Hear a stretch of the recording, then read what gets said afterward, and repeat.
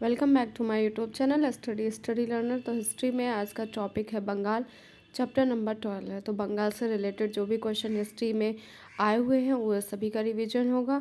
और class start करने से पहले प्लीज़ लाइक ज़रूर करिएगा वीडियो को देखने के लिए। तो पहला है बंगाल। बंगाल में सबसे पहले है मुर्शिद कुली खां। तो बंगाल में सबसे पहले कौन है? मुर्शिद कुली खां है। 1717 से लेकर 1727 ईस्वी तक इसका शासन रहा था। औरंगजेब ने मुर्शिद कुली खां को बंगाल का दीवान नियुक्त किया था। तो ये मुर्शिद कुली खान था कौन? तो ये बंगाल का दीवान था। और इसको बंगाल का दीवान बनाया किसने? तो औरंगजेब ने बनाया था। मुर्शिद कुली खान ने है जो स्वायत्ता रूप से बिहार, बंगाल और उड़ीसा पर शासन किया। फिर भी इसने मुगलों को आय दी थी, मतलब इनकम होती थी जो यह मुगलों को देता था। इसने है जो राजधानी को ढाका से मुर्शिदाबाद कर दिया था। मुर्शिद कुली खान ने मल जासमानी प्रथा की शुरुआत की थी। कौन सी प्रथा? मल जासमानी की प्रथा की शुरुआत किसने की? मुर्शिद कुली खान ने की थी। उसने राजधानी ढाका से मुर्शिदाबाद कर दी थी।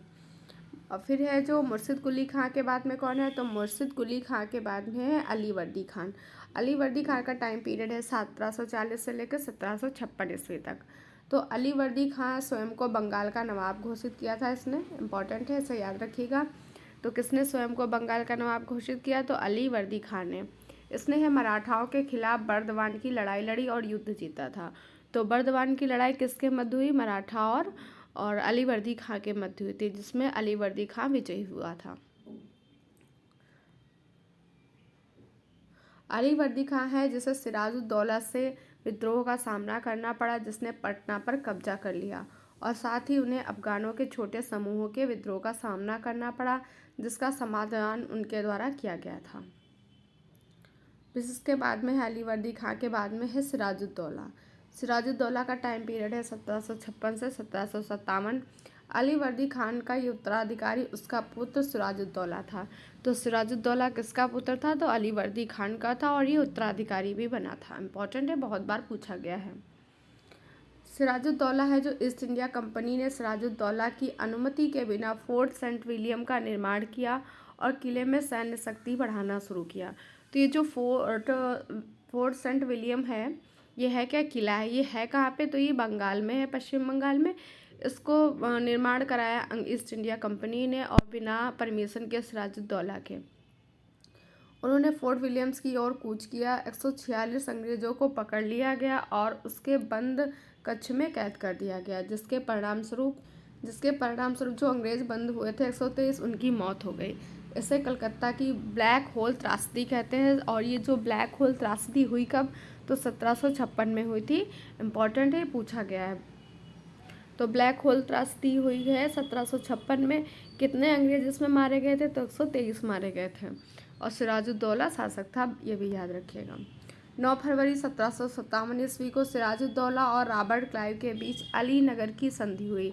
तो अलीनगर की संधि किसके मध्य हुई थी? सिराजुद्दौला और रॉबर्ट क्लाइव के मध्य हुई थी। कब हुई? तो 9 फरवरी 1757 को हुई थी। और इस पर हस्ताक्षर किए, जहां ईस्ट इंडिया कंपनी ने कलकत्ता शहर को फिर से बसाया। सिराजुद्दौला ने कलकत्ता का नाम बदलकर अलीनगर कर दिया। तो ये जब संधि हुई अलीनगर की, उसके बाद में कलकत्ता शहर को जो नष्ट हो चुका था उसको फिर से बसाया गया। और कलकत्ता शहर का नाम है जो सिराजुद्दौला ने अलीनगर रखा। तो अलीनगर किसका नाम है? कलकत्ता का है, याद रखिएगा। वर्तमान कोलकाता का गठन है जो 1690 ईस्वी में हुआ था। जो कोलकाता इस टाइम पे है, इसका गठन कब हुआ? तो इसका गठन हुआ था 1690 में। 3 गांव थे, काता, गोविंदपुर और सुतानाती। इनके एकीकरण से हुआ था। तो 3 गांव कौन कौन से पूछा जाता है? तो 3 गांव है, कालीकाता और गोविंदपुर और सुतानाती। ये सुतानाती, गोविंदपुर और कालीकता को मिलाकर ही बनाया गया था कोलकाता। कब? तो 1690 में बनाया गया था। फिर प्लासी की लड़ाई कब हुई? तो इम्पोर्टेंट है, प्लासी की लड़ाई है जो 23 जून 1757 ईस्वी को हुई थी। ये डेट बहुत इंपॉर्टेंट है, डेट भी याद रखिएगा। और ये प्लासी की लड़ाई है जो अंग्रेज़ों और सिराजुद्दौला के बीच हुई थी। और उनके गवर्नर थे मीर जाफ़र, मीर बख्शी और मणिक चंद, अमीर चंद, जगत सेठ, गादिम खां। और साजिश के कारण लड़ी गई थी। उस समय मुगल सम्राट आलमगीर द्वितीय थे। बंगाल का मुगल सम्राट कौन था? तो वो था आलमगीर द्वितीय। ये बहुत बार पूछा गया है। इसके बाद में है रोहिल्ला युद्ध। रोहिल्ला युद्ध हुआ 1774 ईस्वी में। कब हुआ? डेट जरूर याद रखिएगा, सभी युद्ध हैं जितने भी, तो 1774 में रोहिल्ला युद्ध हुआ था।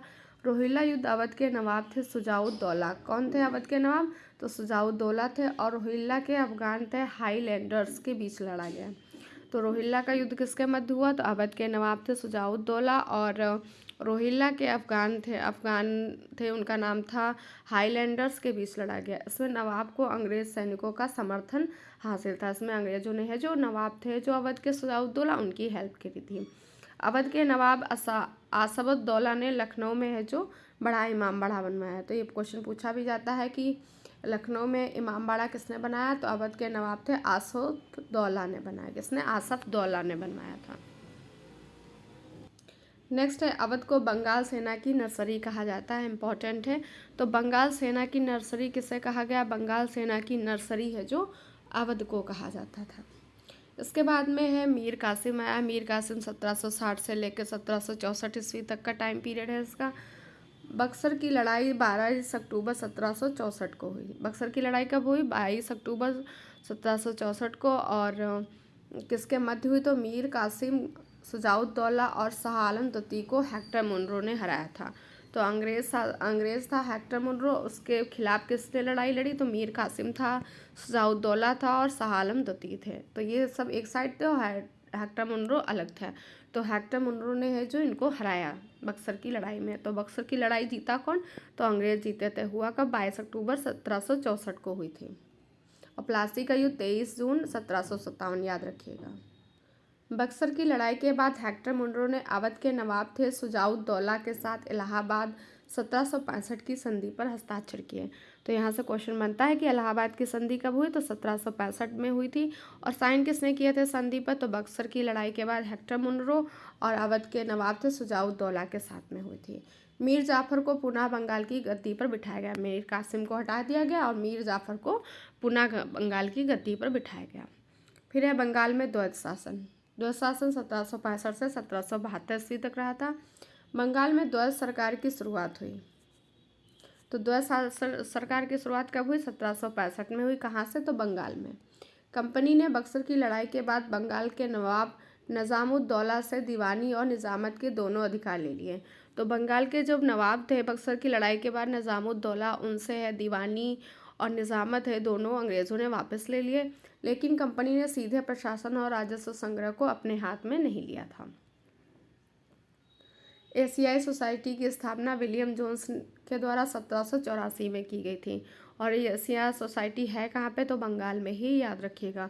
कब की गई? 1784 में। किसने की? तो इस विलियम जोन्स ने की थी। संगठन की प्राथमिक रुचि हिंदू दर्शन व संस्कृत में और संस्कृत के महत्व को जानने में इनकी रुचि थी। ये बहुत बार पूछा गया है। तो इस क्लास में है जो बंगाल से रिलेटेड जो भी क्वेश्चन आए हैं, एसएससी है, आरआरबी, एनटीपीसी है, इसमें एमटीएस है, जिसमें भी पूछे गए सारे के क्वेश्चन करा दिए गए हैं। बंगाल से रिलेटेड इतने ही इंपॉर्टेंट क्वेश्चन है, तो उसको रिवाइज जरूर करिएगा, आपको बहुत ही प्रॉफिट मिलेगा एग्जाम में। वीडियो को देखने के लिए थैंक यू सो मच।